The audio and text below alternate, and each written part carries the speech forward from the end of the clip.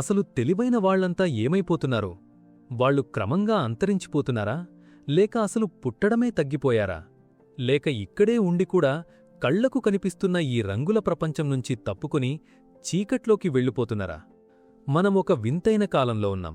ఇక్కడ లోతుకన్నా వేగం ముఖ్యం, ఆలోచన కన్నా ఆవేశం ముఖ్యం, నిజం కన్నా పాపులారిటీ ముఖ్యం. ఎవడైతే గొంతు చించుకుని అరుస్తాడో వాడే మేధావిగా చలామణి అయ్యే వెదవకాలమిది. ఇలాంటి చోట నిశ్శబ్దంగా ఉండేవాడికి, లోతుగా ఆలోచించేవాడికి చోటెక్కడుంటుంది? నాకోటి అర్థం కాదు. అసలు తెలివితేటలు అనేవి మనిషికి వరమా లేక శాపమా అంటే అది ఒక భయంకరమైన శాపమని చెప్పచ్చు. ఎందుకంటే తెలివితేటలు పెరిగే కొద్దీ మనిషికి సమాజం మీద అసహ్యం పెరుగుతుంది. ఒక మనిషి లోపల ఆలోచనల ప్రపంచం ఎంత పెద్దడిగా ఉంటే బయట ఉన్న మనుషుల అవసరం అతనికి అంత తక్కువగా ఉంటుంది. నీ దగ్గర ఒక పెద్ద లైబ్రరీ ఉన్నప్పుడు నువ్వు వీధిలో నిలబడి ఎవడో చెప్పే సోదెందుకు వింటావు? నీ బుర్రలో ఒక అద్భుతమైన సినిమా రన్నవుతున్నప్పుడు బయట జరిగే చిల్లర డ్రామాల్నెందుకు చూస్తావు? అందుకే మేధావి అనేవాడు సహజంగానే ఒంటరితనాన్ని వెతుక్కుంటాడు. ఇక్కడే షోపెన్హావర్ ఒక మాటన్నాడు. ఒక మనిషికి తెలివితేటలు ఎంత ఎక్కువగా ఉంటే వాడు అంత అసాంఘికంగా అంటే అన్సోషల్గా మారతాడు. ఇది వినడానికి వింతగా అనిపించవచ్చు. సమాజం దృష్టిలో వాడు పొగరుబోతు కావచ్చు, పిచ్చోడు కావచ్చు. కాని అసలు విషయం అది కాదు. తెలివైనవాడికి బయట జరిగే ఆ చిల్లర ముచ్చట్లు, పనికిమాలిన సోషల్ రిచువల్స్ అంటే చిరాకు. వాడు ఒక లోతైన విషయం గురించి మాట్లాడాలి అనుకుంటాడు. కాని ఎదురుగా ఉన్నవాడికి రేపు ఏ కూర వండుకోవాలి అనే దానిమీద తప్ప దేనిమీద అవగాహన ఉండదు. ఇలాంటి చోట మేధావి గొంతు నొక్కేయబడుతుంది. అందుకే వాడు ఆ గుంపు నుంచి మెల్లగా జారిపోతాడు. నిజానికి సమాజం అనేది ఒక మార్కెట్ లాంటిది. అక్కడంతా గోల, అంతా వ్యాపారం. షోపెన్హావర్ దృష్టిలో ఈ ప్రపంచంలో ఉన్నవాళ్లంతా డిఫెక్టివ్ స్పెసిమెన్స్, అంటే ఏదో ఒక లోపం ఉన్న యంత్రాల్లాంటివాళ్లు. వాళ్లకి సొంతంగా ఆలోచించే శక్తి లేదు. పక్కింటివాడు ఏం చేస్తే వీళ్లు అది చేస్తారు. ఎవడో ఒకడు గీసిన గీతలో అందరూ గొర్రెల్లా వెళ్తుంటారు. ఈ గొర్రెలకు ఆ మంద ముఖ్యం. కాని మేధావికి తన అస్తిత్వం ముఖ్యం. అందుకే వాడు మందలో ఉండలేడు. సమాజంలో ఉన్న ఈ రుచిలేని నవ్వులు, ఈ కపటమైన పలకరింపులు చూసి వాడికి వాంతి వస్తుంది. ఆ వాంతిని ఆపుకోవడానికే వాడు గదిలో తలుపు పెట్టుకుని కూర్చుంటాడు. కొంచెం అబ్జర్వ్ చేస్తే సగటు మనిషికి ఒంటరితనమంటే భయం. ఖాళీగా ఉంటే వాడు చచ్చిపోతాడు. అందుకే వాడికి ఏదో ఒక పిచ్చి ఎంటర్టైన్మెంట్ కావాలి. పేకాట ఆడాలి, చాడీలు చెప్పుకోవాలి, టీవీ చూడాలి, లేదంటే ఫోన్ పట్టుకుని స్క్రీన్ స్క్రోల్ చేస్తూ ఉండాలి. ఎందుకంటే వాడి లోపల ఏమీ లేదు. వాడు ఒక ఖాళీ డబ్బా. ఆ ఖాళీని నింపుకోవడానికి బయటనుంచి వచ్చే శబ్దాలు కావాలి. కాని మేధావి అలా కాదు. వాడి లోపల ఒక మహాసముద్రముంది. వాడు ఒంటరిగా ఉన్నా సరే తన ఆలోచనలతో తను బిజీగా ఉంటాడు. వాడికి బోర్ కొట్టడం అనేదే ఉండదు.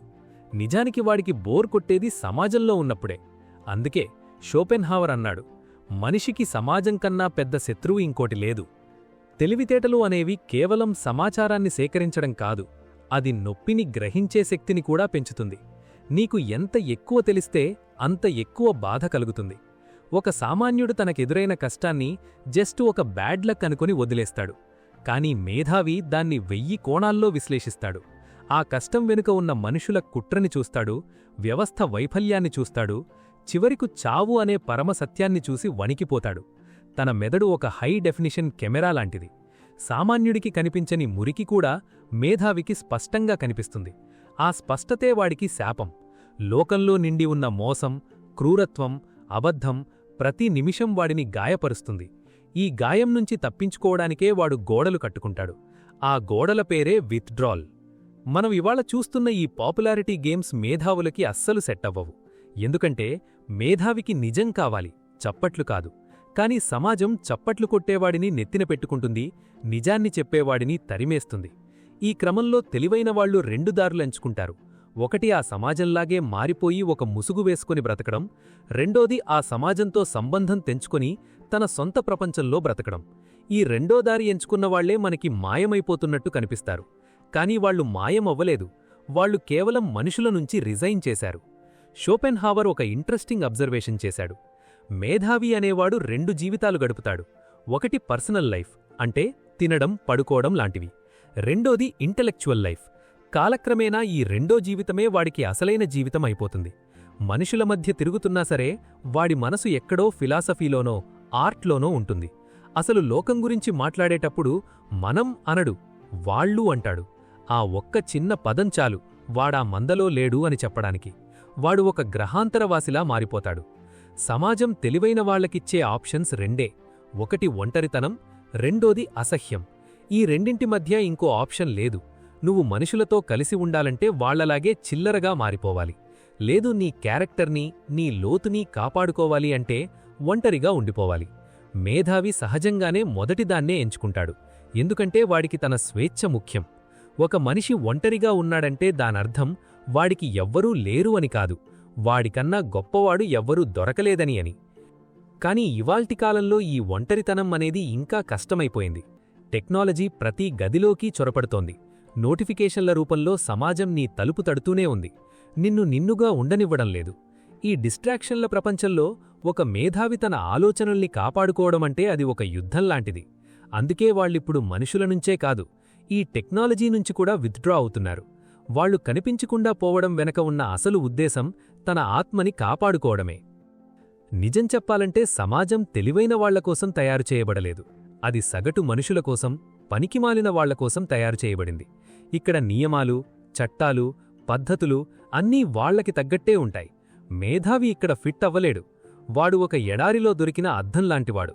అందరూ దాన్ని తొక్కేయాలి అనుకుంటారు తప్ప అందులో తమ అసలు రూపాన్ని చూసుకోవాలి అని అనుకోరు. అందుకే ఆ అద్దం తనని తాను ఇసుకలో పాతిపెట్టుకుంటుంది. చివరిగా చెప్పాలనుకున్నదేంటంటే, తెలివైన వాళ్లు మాయం అవడం లేదు. వాళ్లు సమాజం యొక్క అరుపులని భరించలేక నిశ్శబ్దాన్ని ఆశ్రయిస్తున్నారు. వాళ్లు ఓడిపోయి పారిపోవడం లేదు, ఈ గెలవలేని ఆట నుంచి తప్పుకుంటున్నారు. వాళ్లకు తెలుసు, రేపు చచ్చాక ఈ ప్రపంచం ఎలాగూ నిన్ను మర్చిపోతుంది. ఆ కీర్తి, ఆ డబ్బు అంతా బూడిదే. మరలాంటప్పుడు ఈ చిల్లర ప్రపంచం కోసం తన ప్రశాంతతను ఎందుకు వదులుకోవాలి? అందుకే వాళ్లు వెనక్కి వెడుతున్నారు. అక్కడ వాళ్లకి తోడుగా వాళ్ల ఆలోచనలున్నాయి, వాళ్ల పుస్తకాలున్నాయి, వాళ్ల లోతైన ప్రశ్నలున్నాయి. ఆ ప్రపంచంలో వాళ్లు రాజులు. ఈ బయట ప్రపంచంలో వాళ్లు కేవలం బాధితులుగానే మిగిలిపోతారు. ఒక మనిషి తనని తాను కనుగొనాలి అంటే వాడు లోకాన్ని వదిలేయాలి. లోకాన్ని వదిలేయడం అంటే అడవుల్లోకి వెళ్లడం కాదు, లోకంతో ఉన్న మానసిక సంబంధాన్ని తెంచుకోవడం. అది చేసిన రోజే వాడు మేధావి అవుతాడు. అప్పుడే వాడికి అర్థమవుతుంది, ఈ ప్రపంచం ఎంత శూన్యమైనదో, ఈ మనుషులు ఎంత అల్పమైనవాళ్ళో అని. ఆ తెలివొచ్చిన క్షణమే వాడు అదృశ్యమవడం మొదలుపెడతాడు. అది అంతం కాదు, అది ఒక కొత్త ప్రారంభం. మేధస్సు అనేది మనిషిని సమాజం నుంచి వేరుచేసే ఒక కత్తి. ఆ కత్తి ఎంత పదునుగా ఉంటే నువ్వు అంత వేగంగా విడిపోతావు. షోపెన్హావర్ అన్నట్టు, తెలివైనవాడు ఒంటరిగా ఉన్నాడంటే దానర్థం వాడికి ఎవ్వరూ లేరు అని కాదు, వాడికన్నా గొప్పవాడు ఎవ్వరూ దొరకలేదని అని. ఈ సమాజం తెలివైన వాళ్లని తట్టుకోలేదు, వాళ్లు సమాజాన్ని భరించలేరు. ఈ మిస్మ్యాచ్ వల్ల జరిగేది ఒకటే, సైలెంట్ ఎగ్జిట్. వాళ్లు మౌనంగా వెళ్ళిపోతారు.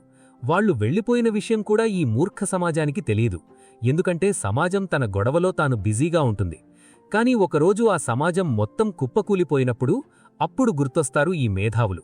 కాని అప్పటికి చాలా ఆలస్యమైపోతుంది. ఎందుకంటే మేధావి తిరిగి రాడు. వాడు తన చీకటి సామ్రాజ్యంలో తన వెలుగును చూసుకుంటూ ప్రశాంతంగా ఉంటాడు. అది మేధస్సు ఇచ్చే అసలైన పవర్. అది షోపెన్హావర్ చెప్పిన పరమసత్యం. లోకం లోతు తెలియని వాళ్లకే లోకం మీద ఆశ ఉంటుంది. లోకం రంగు బయటపడ్డాక ఏ మేధావైనా చేసే పని ఒక్కటే, తలుపులు లాక్ పెట్టుకోవడం.